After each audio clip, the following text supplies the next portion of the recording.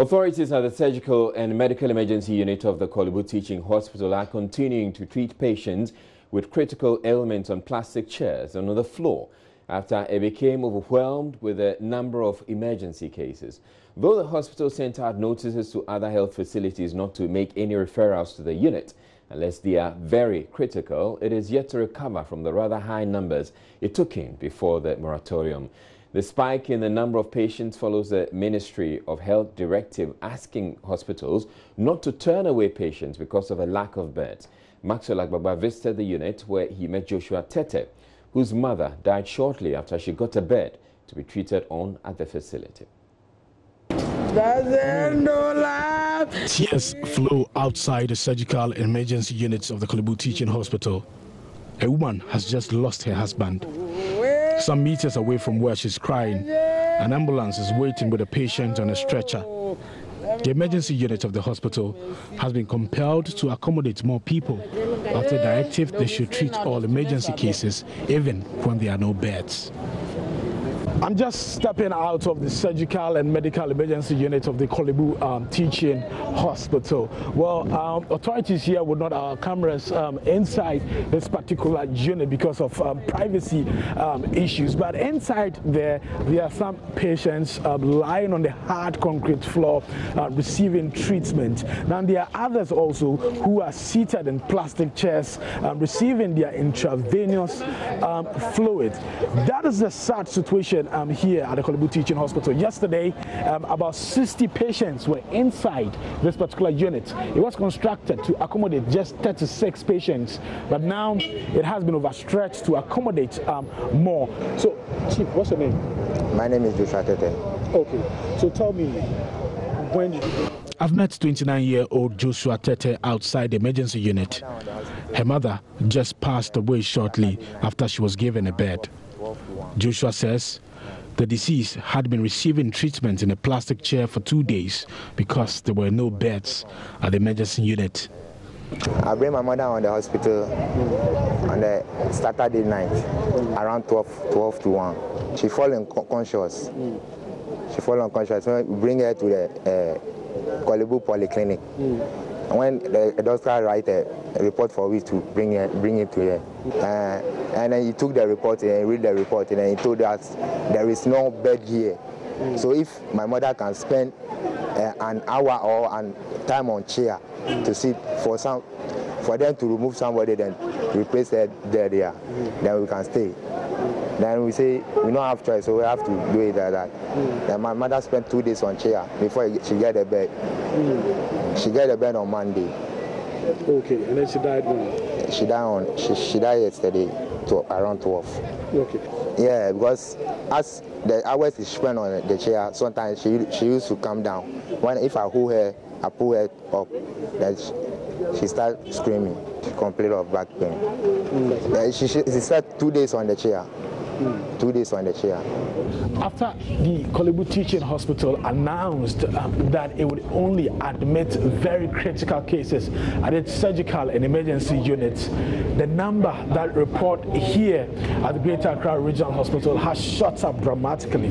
I'm here to meet an emergency physician here at this facility, Dr. Yiman Olahiamble. I want to understand what mechanisms they have put in place to control the numbers that are likely to troop in here because of the situation at the Kolebu Teaching Hospital. Yes, yesterday we heard that Kolebu is crowded and patients are seen outside the emergency departments. Eventually it's going to have ripple effects on the Greater Accra Regional Hospital because that is the foremost referral hospital in the country. It's a teaching hospital as well. For now, this morning, what we're doing is we are transferring patients to their respective wards, and we have been told that the wards are almost full, but the situation is under control for now. We have some openings in the emergency departments where we can receive more patients. Since we have been told not to send any patient away from the hospital, we put in mechanism in place to receive all patients who are brought here later in the day or as time goes by, like creating extra trolleys, wheelchairs, chairs, etc., to accommodate them. So we have put mechanisms in place to contain many patients for now. Well, hospital authorities have for the first time confirmed there's been a sharp rise in the number of deaths reported at the surgical medical emergency since the Ministry of Health directive that no patient is turned away for lack of beds. The directive follows public backlash over the death of a 70-year-old man after he was turned away from serving hospitals. Joining us was Jojo Kobna on Wednesday, gained exclusive access to the surgical medical emergency of the Kolebu Teaching Hospital and got to see firsthand the critical nature of the situation there and how doctors have been overwhelmed. And he's joined me in the studio now. Hello, Jojo.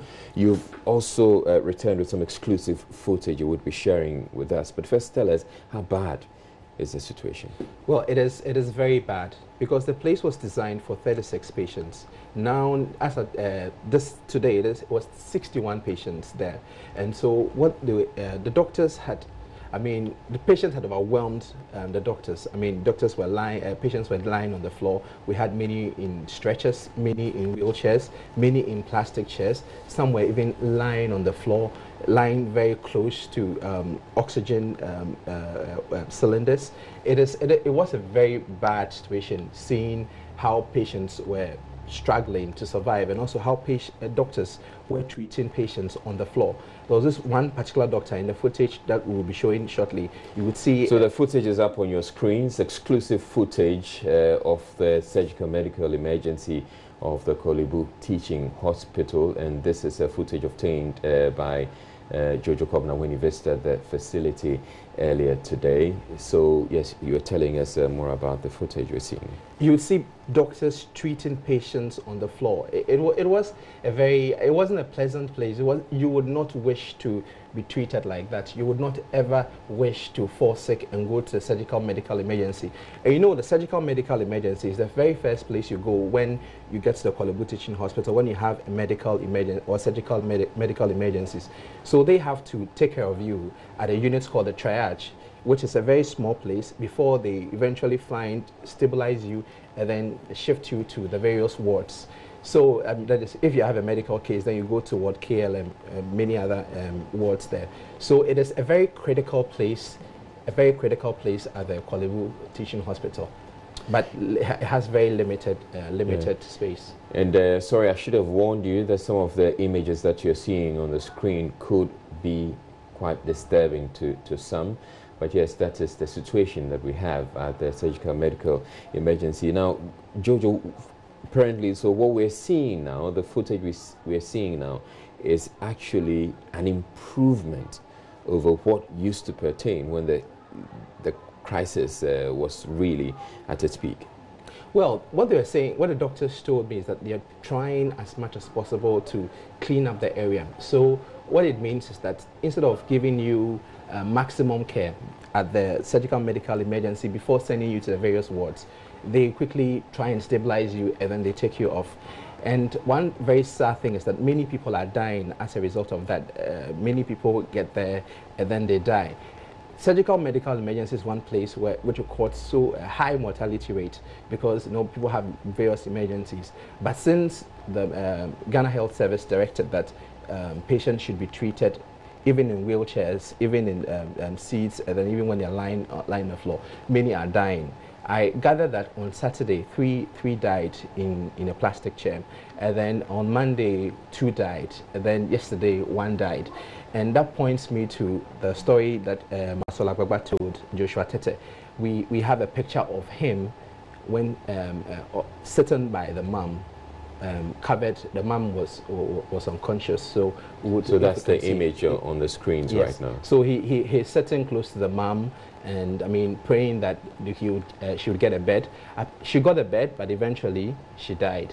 She died this morning. So you're saying the image we're seeing right now of Joshua's mum, she was unconscious. She was unconscious. She was unconscious. And this was how she was kept. And this was how she was kept before. In that unconscious state, before she was eventually transferred to a bed. So we're still telling you the story about the surgical medical emergency at the Kolebu Teaching Hospital and how critical the situation is. And this has been because the Ministry of Health gave a directive that people are treated, emergency cases are treated regardless whether the hospital has beds or not to cater for some of these people. You were earlier telling me about how the hospital is having to manage fatalities.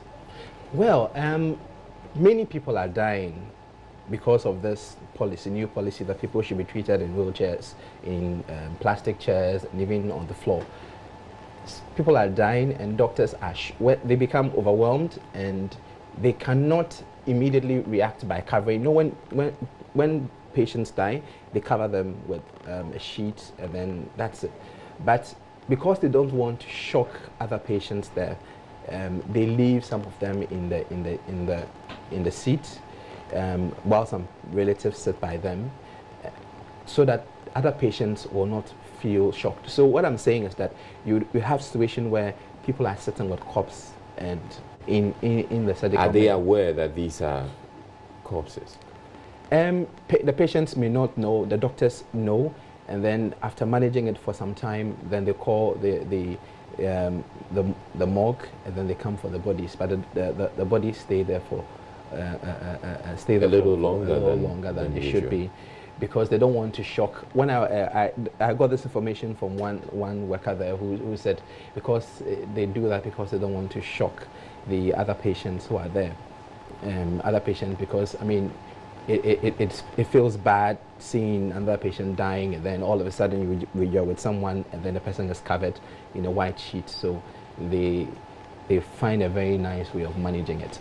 What are the doctors say, or the authorities are saying about how they intend to manage this situation? I know that they have communicated to the other hospitals that they shouldn't refer cases until they are really critical. Beyond that, what are they doing?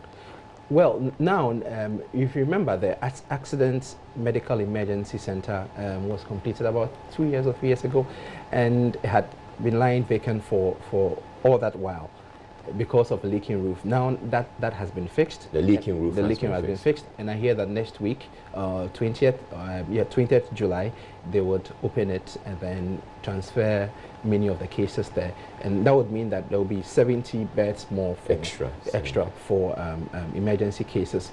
But it would not solve the problem, because sometimes the cases could go as high as 90, 60 to 90. So it would not solve the problem. What could solve the problem is a bigger center called the Acute Management Center. Funding has been secured, but what I'm gathering from the hospital is that that funding is being diverted to other things. And so it will leave us in the same situation.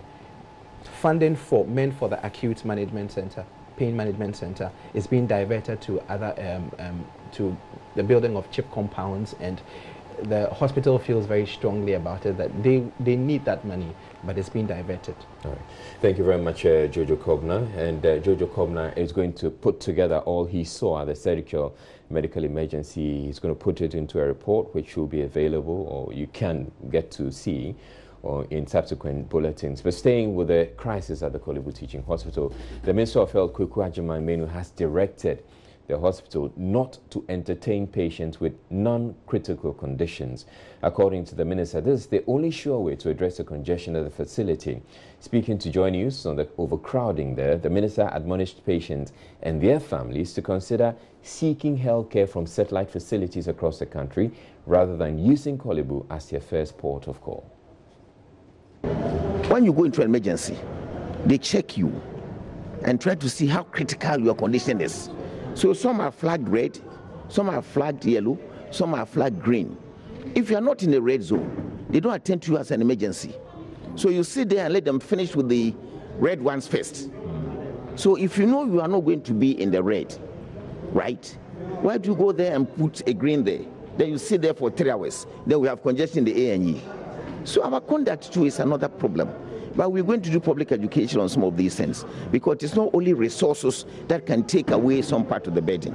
You see, strategy is another count. I mentioned about 7 satellite polyclinics that were supposed to take off some of the pressure from Korle Bu. But some of us are refusing even to go there. At the slight thing, we are in Korle Bu. So we are working on that. And I believe within the next 1 week or 2, we'll come up with certain things that will show to the Ghanaian population that we are working to try to bring down these type of challenges we have. You are to enjoy News Prime. We're taking a break, but still ahead in the bulletin, the Attorney General, the Auditor General, is joining forces with a special prosecutor, Martin Amidu, in what is being described as a nationwide crackdown on payroll fraud. We'll be back with all that and more. Stay tuned.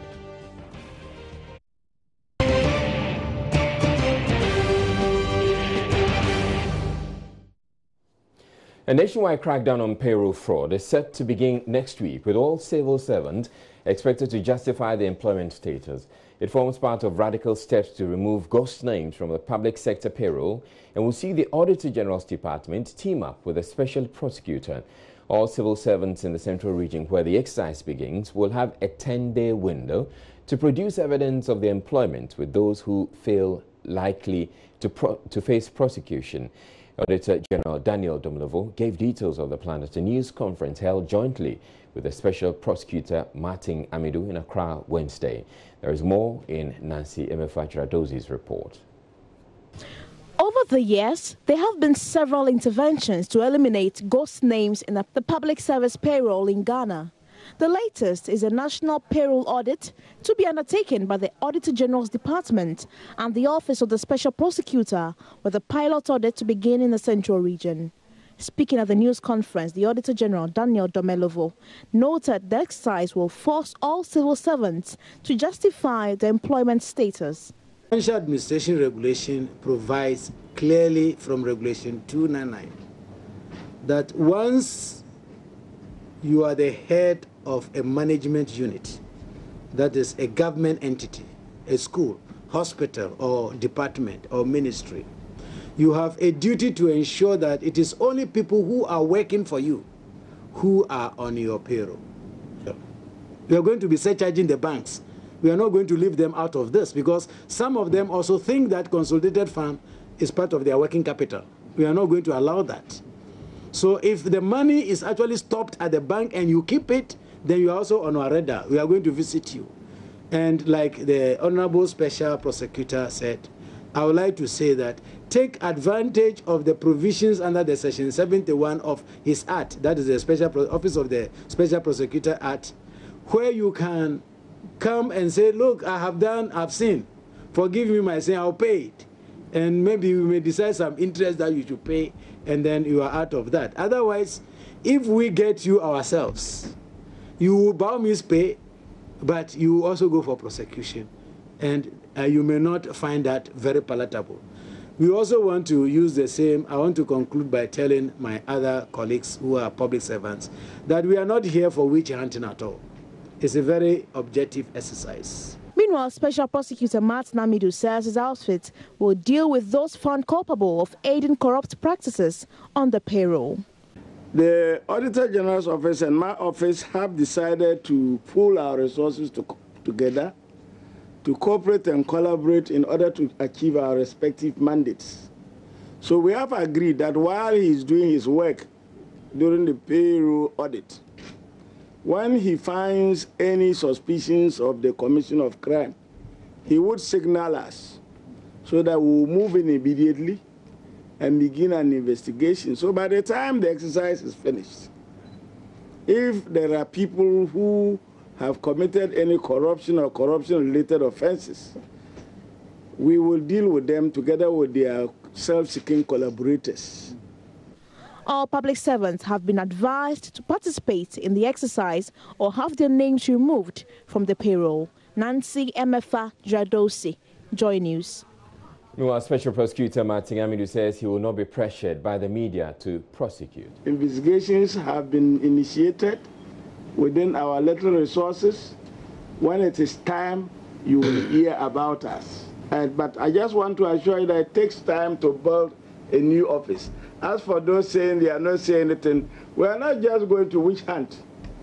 We are going to make sure that any case we are going to prosecute, there is at least a certain degree of probability that the offense has been committed, because every prosecution means expenditure of state funds.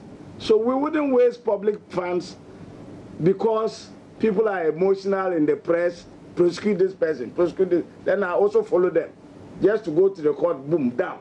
then the Office of Child Prosecutors Respect will be off. So we will have to act professionally and prosecute only those who are disclosed by investigations to have committed offenses which it is in the national interest to prosecute. So as for prosecute this, I hear them, but I only prosecute in accordance with due process, and when there is sufficient evidence that shows that a citizen must lose his rights by defending himself in a court. You're watching Joy News Prime. We're taking a break to bring you business news, but still ahead in the bulletin, the Ghana Police Service is seeking to improve relations with the media with the introduction of a new course in its training curriculum. And human rights lawyer Francis Javier Sosu says he looks forward to returning to practice soon after a 3-year ban on his practice was squashed. But he's urging the General Legal Counsel to reconsider his stance on advertising by lawyers. Business News is next.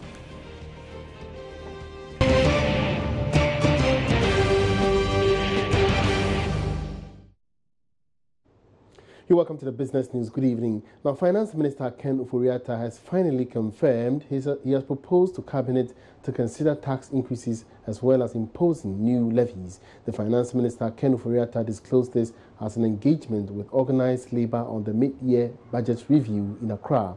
He said his proposal is critical to help deal with the revenue challenge facing the country.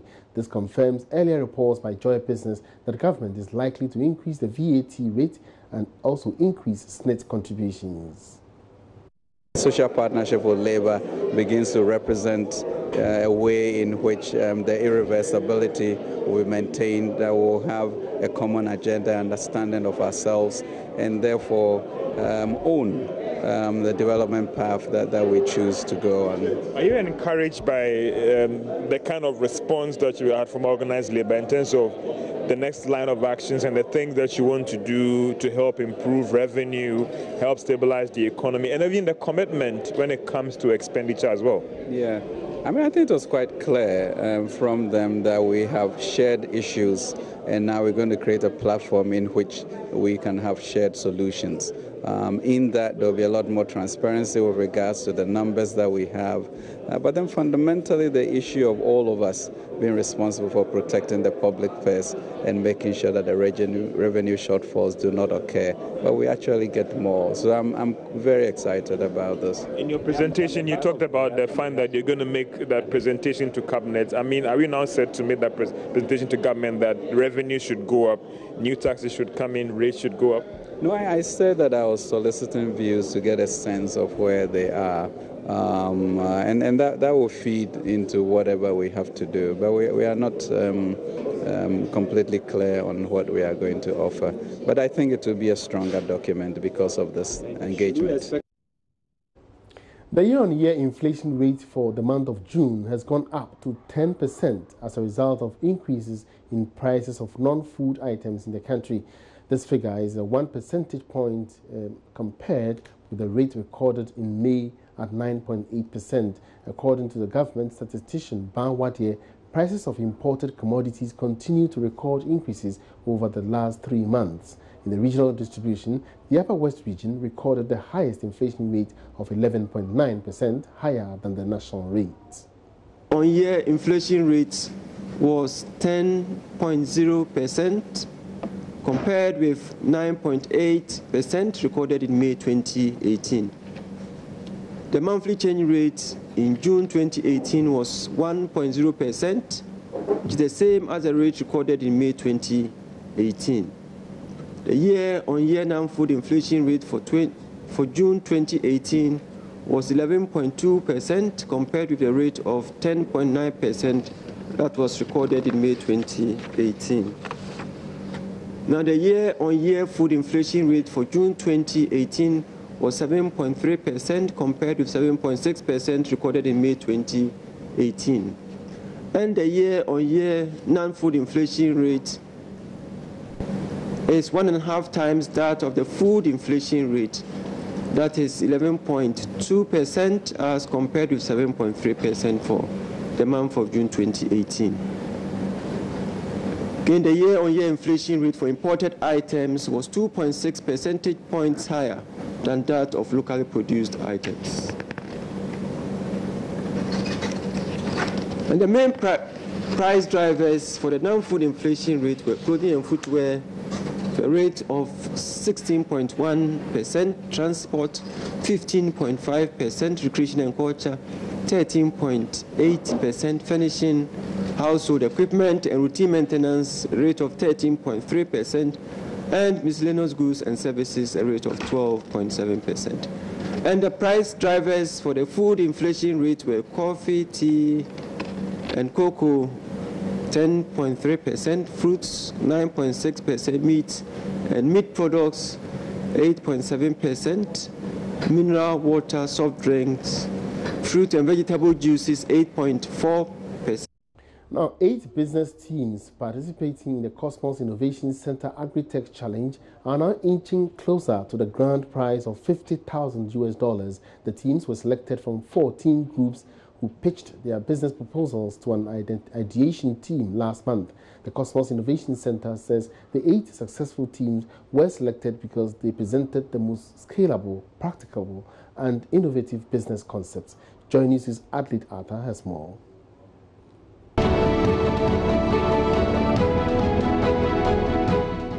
The ideal business proposal is expected to be innovative, technology-based, viable, and should provide a solution to a challenge in the agriculture value chain. We are not dealing with one supplier. We have a number of them, and we're actually working through the Fish Association.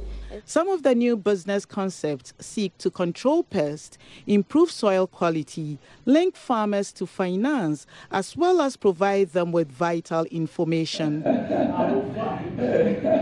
The 8 surviving groups will now have a final opportunity to justify why Cosmos Energy and its partners should invest in their business ideas during the last round of the challenge, expected to be held in September.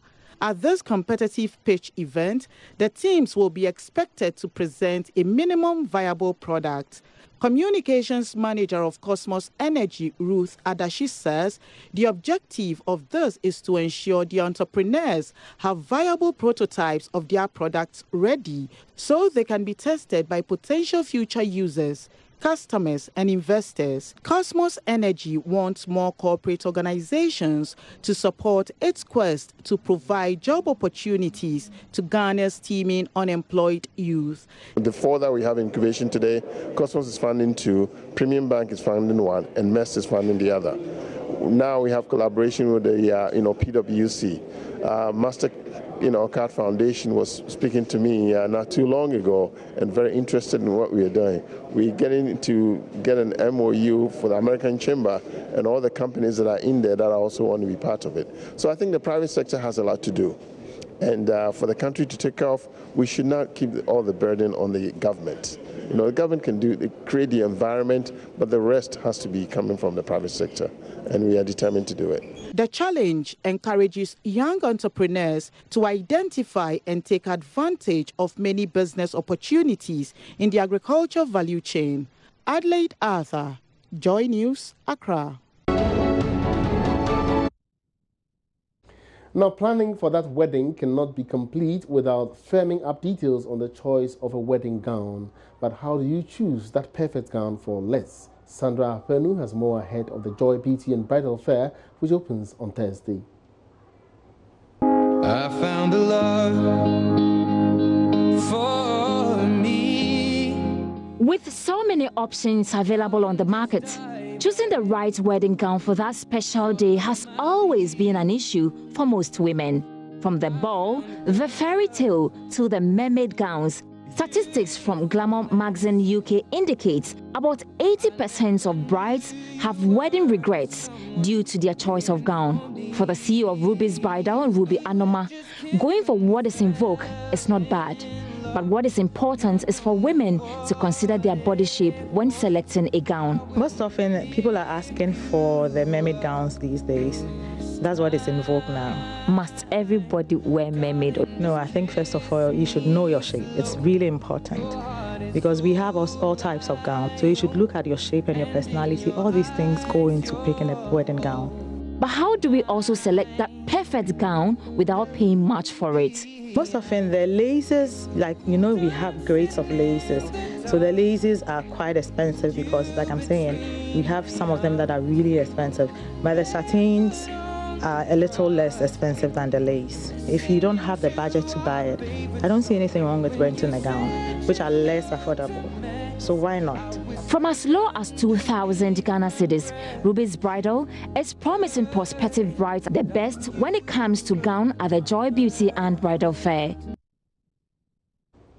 And that's business on Joy News Prime. Thanks for watching. You can get more business on myjoyonline.com/business. My name is Emmanuel Apuaji Viafi. Have a good evening. You're welcome back to Joy News Prime. Now, the University of Ghana Medical Center is to be open for referral OPD cases from July 18. That's according to Health Minister Kweku Agyeman Menu, who disclosed this after a familiarization tour of the facility this evening. Government has been under pressure in recent weeks to open the facility, which was commissioned by the erstwhile John Mahama administration. The facility will focus on services to 3 main departments. Joy News' Matilda Vilmega is with the team and joins us on the phone. Hello, Matilda. What exactly is going to happen on the 18th of July? Okay, so easy. I can tell you that the tour of the facility ended a few minutes ago. But what is going to happen exactly a week from today is that the facility is going to be operational for the OPD department, and for 3 main services are going to be provided. That is services for dermatology, that is people who have skin issues and have been referred, and ophthalmology department, that is for people who have eye problems, ENT department. These are the departments which are going to be operational on the 18th of July, which is exactly a week from today. And it's not a place you can just walk in and say, I have this problem and so I need health care. You will not be attended to. They will only speak to cases that have been referred from other health facilities. Now, Matilda, beyond the operational of these 3 departments you're talking about, what else can we expect subsequently? So for the staff strength, they have about 30 to 40 staff who have been recruited and who will be starting work on this 18th. So from what we are expected to see in the next 2 to 3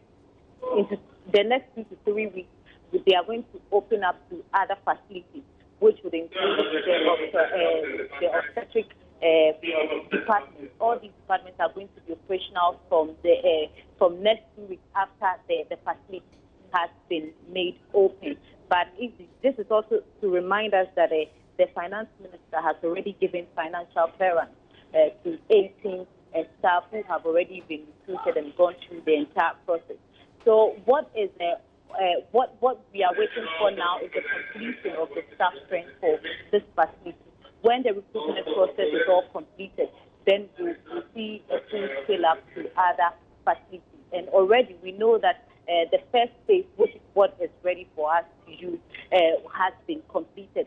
What we are looking forward to in the next few months is the second phase, which we understand that the loan facility has already been granted for that. So in the coming months, we are supposed to see work on the second phase for this facility, Israel. Now, Matilda, this facility has been lying idle since it was commissioned in 2016, and government has come in for a lot of criticism for letting it lie fallow all this while. What has changed in the last few weeks since pressure was mounted on government? So I was here some 3 months ago, and what I see as a difference is that for the OPD, you have everything in place. The chairs are ready, the waiting rooms are all ready, some of the equipment, which I didn't see the last time I went there. That is for that OPD department, because there are other OPDs. For the OPD department, for these 3 facilities, everything needed are all set and ready for operation a week from now, easy. So for these 3 facilities, the required equipment that are needed have all been fixed in place, and everything is ready to kickstart. All right, thank you very much, Matilda Vamega, bringing us that updates there from the University of Ghana Medical Center, which we're now told is going to be open for referral OPD cases from July 18. That's exactly a week from today. In other news, the Ghana Police Service says it will introduce a course in its training manual on police-media relations as a way to minimize clashes between the two bodies. There's been some tension between the two following an attack on multimedia journalist Latif Idris whilst covering a sitting by sympathizers of the opposition National Democratic Congress at the police headquarters. Months after the incident, the police is yet to identify the suspects, and a forum Wednesday organized by the Media Foundation for West Africa is meant to ease the tension. F.Y. Evans Chinri reports. On media relations sought to foster a friendly relationship between the media and the police. The Inspector General of Police at the firm indicated that the media is a reliable strategic partner for the police. He said the media represent a mirror in their quest to provide world-class policing to citizens. It is my hope that this forum will discuss frankly all the issues that lead to or may lead to police-journalist clash, police-journalist conflict, or police-journalist misunderstanding, and find solutions to them. Today, I want us to wear solution-oriented glasses and do away with our problem-oriented positions. It is my hope that this forum will strengthen relations between members of the Ghana Police Service and the media in Ghana and beyond. I do further hope that this forum will navigate mutual understanding of the roles of the police and the media for safe, secure, and peaceful communities in Ghana. I believe that this forum will build the capacity of police officers and journalists on effective media handling and conduct during police operations. Finally, it is my hope that this forum will offer an opportunity for participating police officers and media representatives to brainstorm and come out with blueprints for developing a manual that will guide police-media relations, especially during major police operations. Representatives for the Ghana Independent Broadcasters Association present at the event said it is appropriate for the police to sensitize the media in a much proper way to build relationships and balance between the police and the media. Executive Director for the Media Foundation for West Africa, Suleiman Ibrahima, says the only way forward is to dialogue. Our view is that whether or not the perpetrators are members of the security forces or organized group, political activists or civilians, the police has a critical role to play, because ultimately we will look up to the police to find a solution to such violations against journalists. And around the world today, the safety of journalists is an important issue. As we have issues relating to abuses against journalists by some police officers, the solution is not to say that we would not want to talk with the police. We think that the way forward is to dialogue. Police Public Affairs Director General ACP David Eklu stressed that the police will not shield its men, especially when journalists are attacked in their line of work, citing the brutality meted out to Joy News' Latif Idris by the police. He says they are ready to bring the perpetrators to book. I don't think that we are shielding our officers. The dialogue is between two parties. That's why we are bringing police officers. 50 police officers are here, and 50 media practitioners are also here. And as we said, during this dialogue, then we can develop a framework that will guide our operations. Where we are left now is that Latif indicated that he could bring witnesses. He also said on the media that he could identify the police officers. So we have made, even I was at the media, multimedia UFM 3 days ago, and I was told that he's flown out of the country for further treatment. So we have made that effort so that he can come and help us get that information. Then if at the end of the day we draw a blank, we are unable to determine what happens, then we'll bring that investigative aspect to a closure. Then we'll look at the discussions and then the dialogue. The Ghana Police Service also mentioned that they are ready and willing to work closely with the media.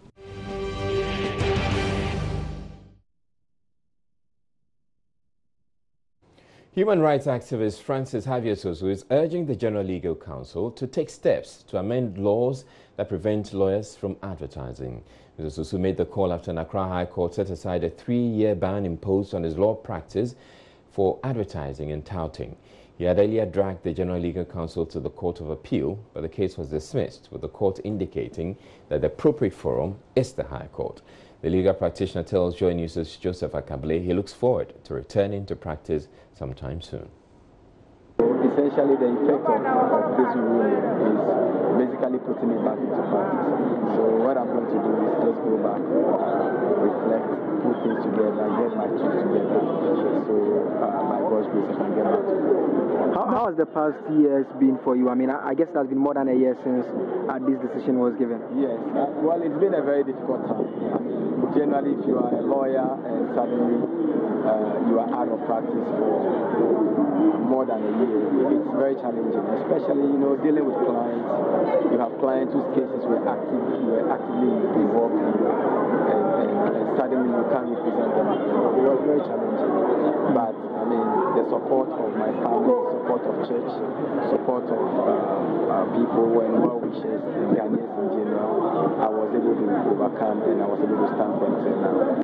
So it's generally been a good time. We know you were handling a lot of human rights cases, and it's one of such cases that led you into this situation. I mean, has that weakened your resolve in any ways to continue to use your practice to help people like you were known to be helping this individual? Not at all. The fact is that you cannot be a star without a scar.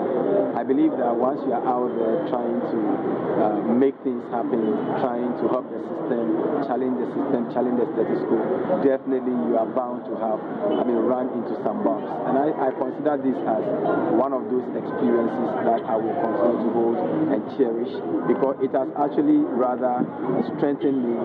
It has increased my resolve to even do more. And Ghana can watch out for many more advocacy, many more work in human rights, and many more public interest litigations from my side. Around the time that the suspension was imposed, some issues that came up had to do with calls on the GLC to perhaps take a second look at the issues of touting and advertisements that people had said the law does not permit lawyers to do. Do you think it may be time for us to take a second look at those calls? Honestly, I believe it is a good time. It's been long overdue, and I'm just hoping that the General Legal Council would heed the call of the times and the seasons and take a second look at that piece of legislation, because it doesn't facilitate, business in any way. And in any event, when you look at the law, it didn't completely forbid lawyers from advertising. So the law is even, inherently inconsistent with itself. In one breath, it says, whilst it is not wrong for lawyers to advertise, and in another breath saying that lawyers shouldn't do things that purports to be advertisement. So I clearly believe that we need to take a second look at those things.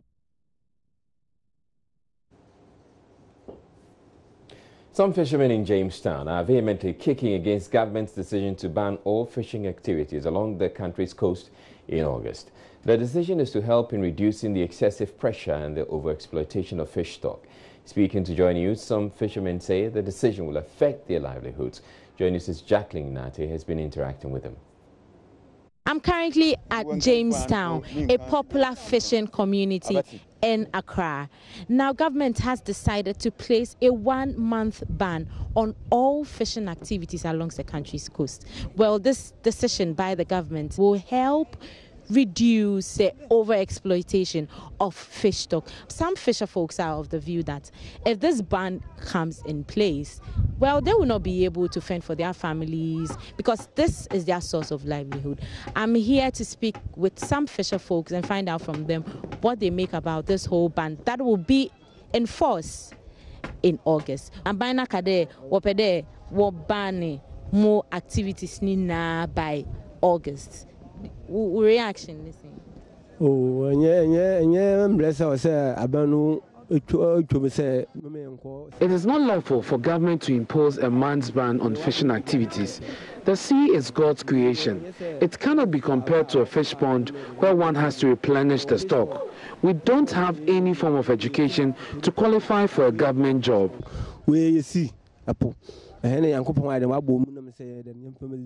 This is all that we do to take care of our families. For all you know, the president has a relative who is a fisherman. So how does he expect us to fend for ourselves when the ban is in place? I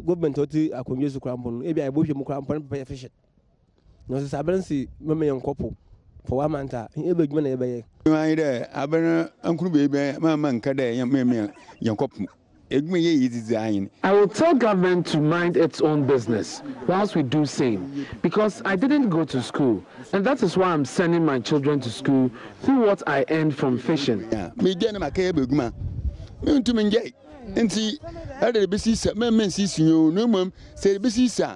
if you say I should stop fishing, what else do I do? I cannot stop. Instead of banning, they should check light fishing and other forms of illegal fishing.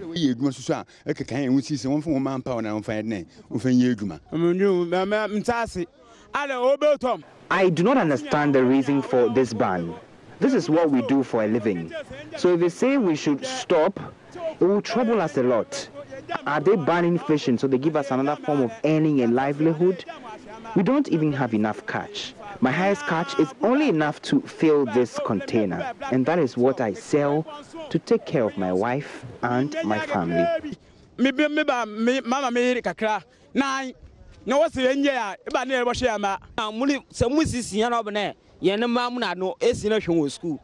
If they prevent us from fishing, how do we fend for ourselves and our families? We are legal fishermen who apply the rules. So why do they want to ban us? We are not paid, and so we fend for ourselves. We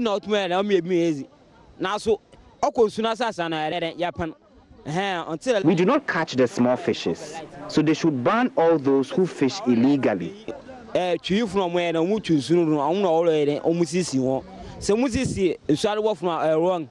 From my interactions with the fisher folks, one thing is clear, that they do not side with government's decision to ban all fishing activities along the country's coast come August. From Jamestown in Accra, I am Jacqueline Sylvia Nate.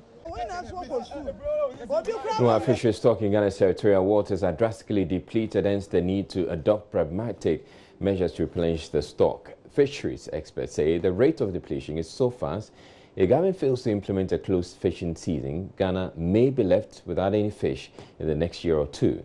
But this proposal is being kicked against by some canoe fishermen, as you saw Jacqueline report across the country, as they fear they may completely lose their livelihood. Fisheries expert and advisor to the USAID, Kofi Agboga, says it is crucial for the ban to take effect as soon as practicable, as that is the only way to save the sea. Ghana, our fishery is in a crisis mode.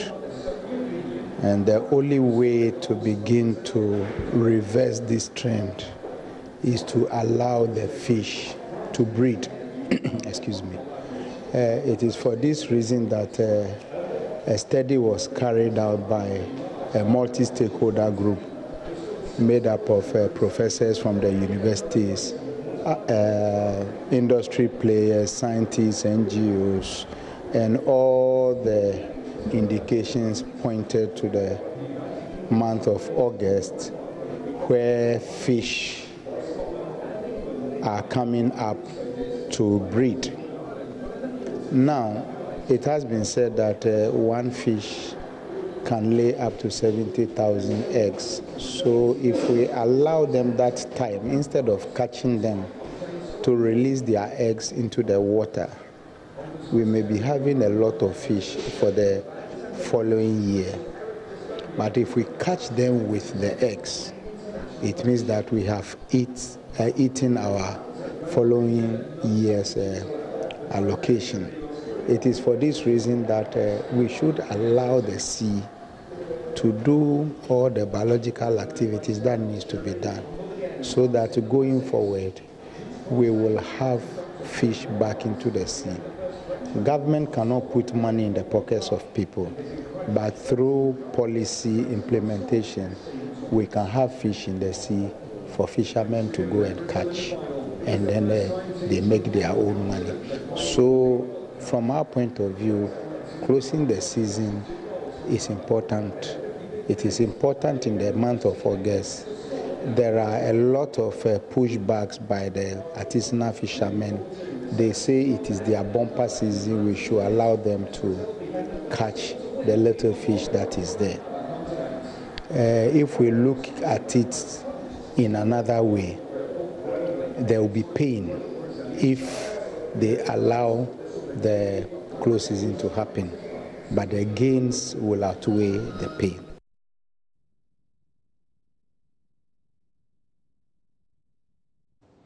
The roads minister has assured the people of the Volta region that the entire stretch of the Eastern Corridor Road would be completed by the end of the first term of the Kufuor regime. The road network, which runs along the eastern border of the country, connects 5 of Ghana's 10 regions. Highlighting the importance of the route, Kwesi Amakwata said the entire 168-kilometer stretch is being repackaged to ensure speedy completion. He was speaking at Waterway in the Volta region, where he addressed traditional rulers in the area. The government of President Akufo-Addo is working very hard to work on the entire stretch to make sure that we make it motorable because of its importance. We have therefore packaged the areas that have never been done, and we have put those areas under a facility called Sino Hydro Facility. I want to assure you that advanced steps have been made and taken, and we are in close contact discussion with all the 7 contractors working on the Eastern Corridor Road.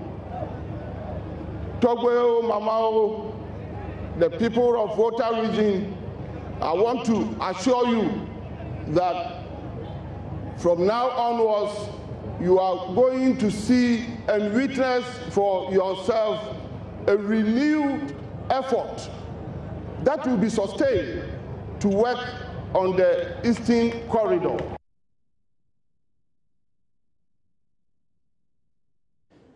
The Supreme Court has ruled that the Attorney General's Department can represent Finance Minister Ken Ofori-Atta in a case seeking to have sanctions imposed on him for failing to declare all his assets before taking office. So Judge Justice Puamang held that any contrary opinion that the Attorney General cannot represent a public officer must be appropriately filed to challenge the relevant constitutional provision. The Dynamic Youth Organization of Ghana, a pressure group, is in court asking that Shraj should be compelled to impose sanctions on the Minister of Finance for failing to declare all his assets. The Attorney General last month asked that the court allows an amendment of the statement of case in opposition to the case filed against Mr. Ofori-Atta. This was opposed by lawyers of the group, saying it will delay the case. Justice Gabriel Puamang, who is sitting as a sole judge, agreed with this view in his ruling. He proceeded to hand the Attorney General 7 days to file the amended statement of case.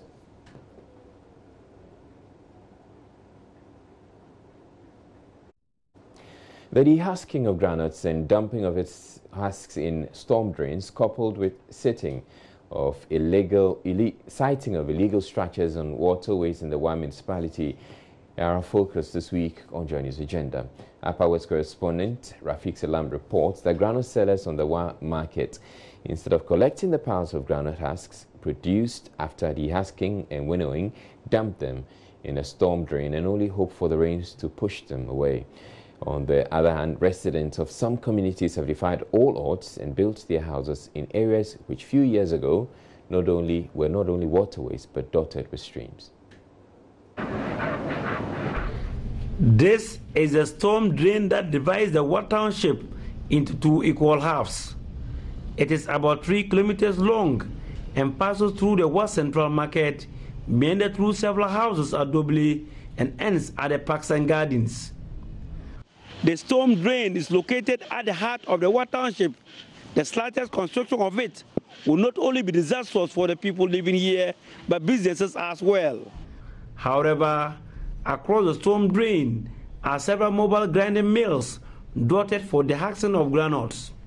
2 of the mills are operated by 2 muscular-built men, while some women winnow to get a fine residue of the granules. Inside the storm drain and on its shoulders are heaps of husks of the granules done by the operators of the grinding mills. Middle-aged mother of 5, Nu Hawawu, has been selling granules for the past 20 years and owns 2 of these grinding mills here. We know that what we are doing will lead to the storm drain filter. We have approached severally to the Wa Municipal Assembly to place containers here and they refuse. We now pile them here and wait for the rain to collect it for us. One mayor, attire Risaku Mumin, however, disagreed with her. We have a container, let me say refuse container, situated at a vantage point, and our expectation is that after dehusking, the granules, they collect the shells and whatever together and send it to that container for onward, transportation to a dumping site.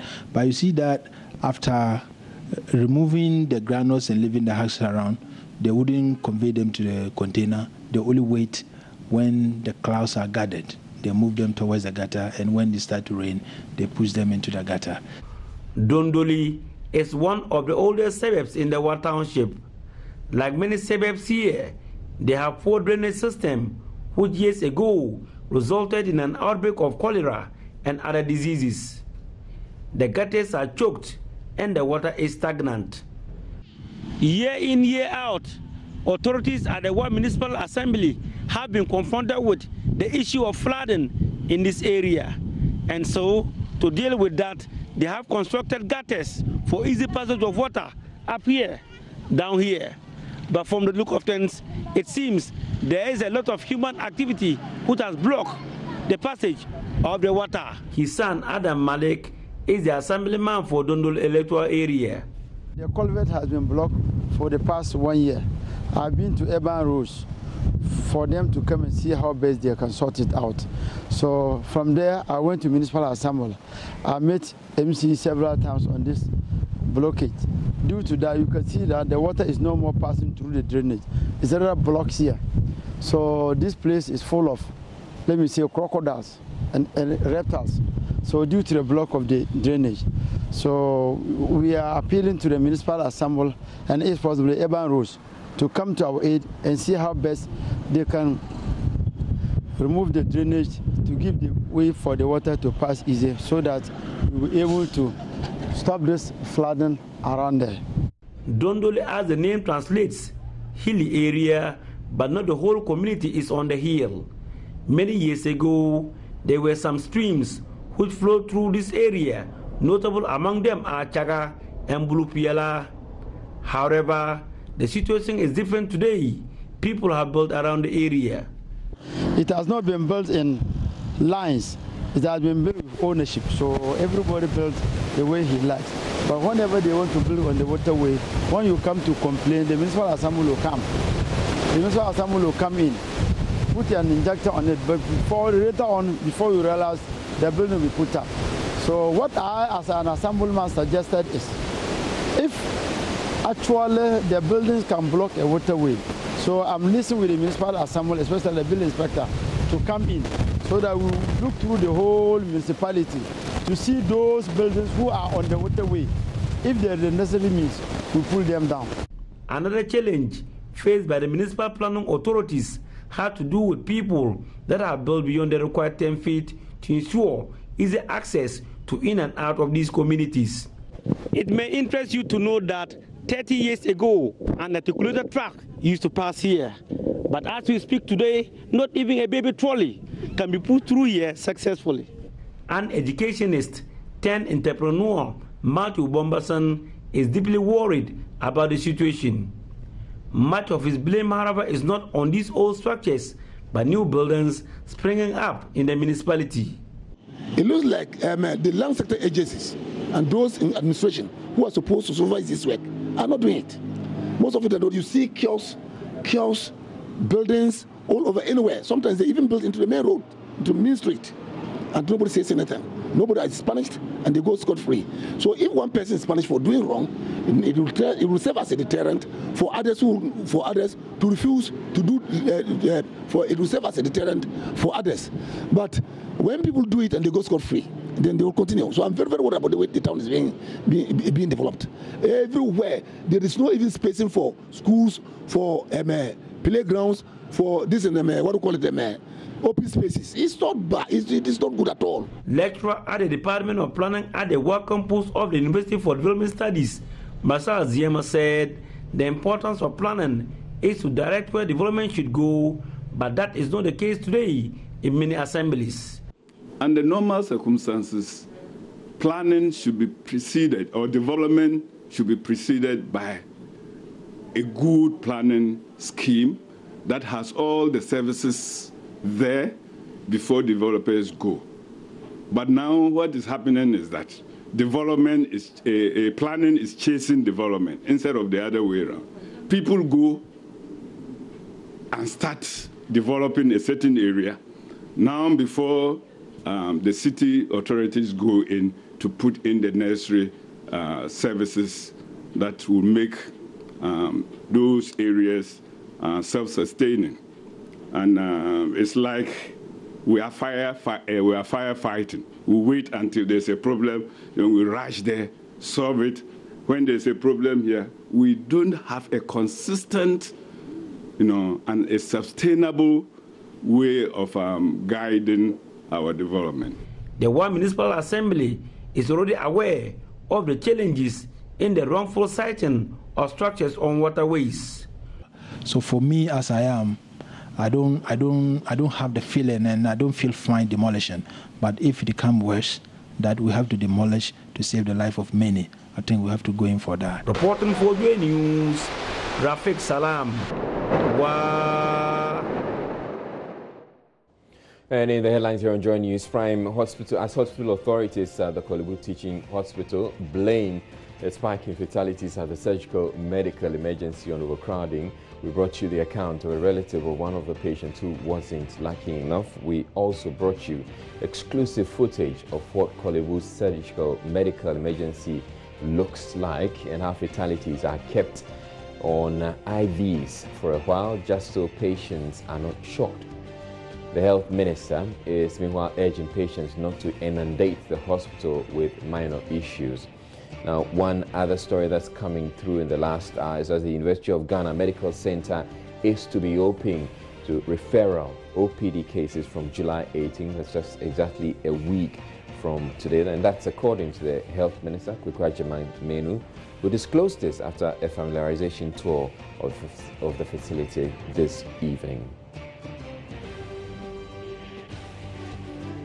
The Auditor General is joining forces with the Special Prosecutor Martin Amidu in what has been described as a nationwide crackdown on payroll fraud. In business, Finance Minister Ken Ofori-Atta engages organized labor ahead of introduction of new levies and upward review of existing taxes. And Ghana Police Service seeks to improve relations with the media with the introduction of new course in its training curriculum. All right, and thank you for watching. My name is Israel. You have a good night.